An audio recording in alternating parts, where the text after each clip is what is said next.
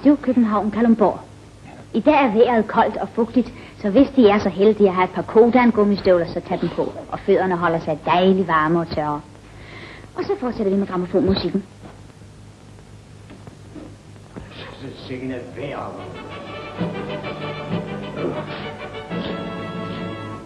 Godmorgen, min skat. Godmorgen. Godmorgen. Nå.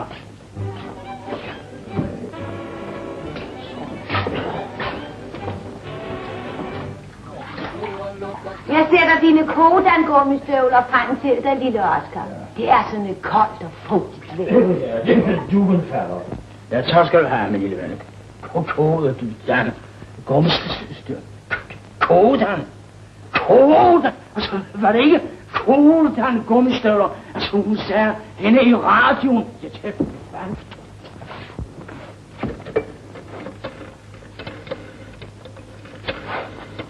det Hallo der.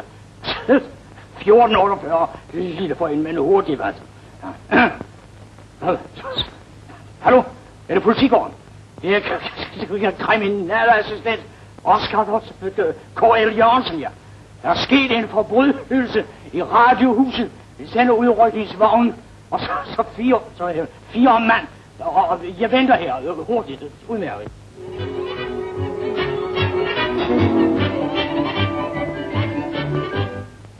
Og så fortsætter vi med Frans von Suppis ouverture til let kavaleri.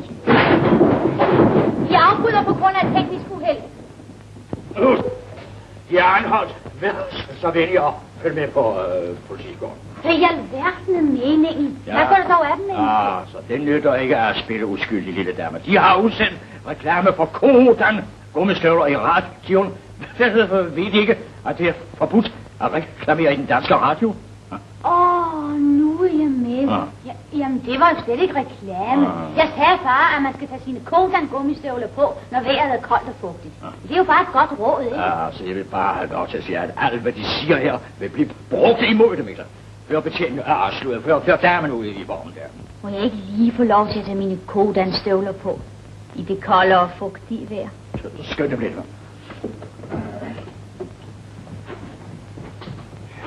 Jamen, de bliver skam nødt til at hjælpe med. Jeg kan jo ikke selv med de klingster på her. Ja.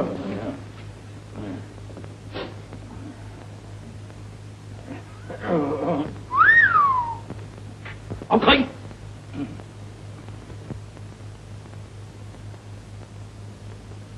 Tikendes for ret. Retten skønner, at anklagedes udtalelser i radioen ikke med føje kan kaldes for reklame.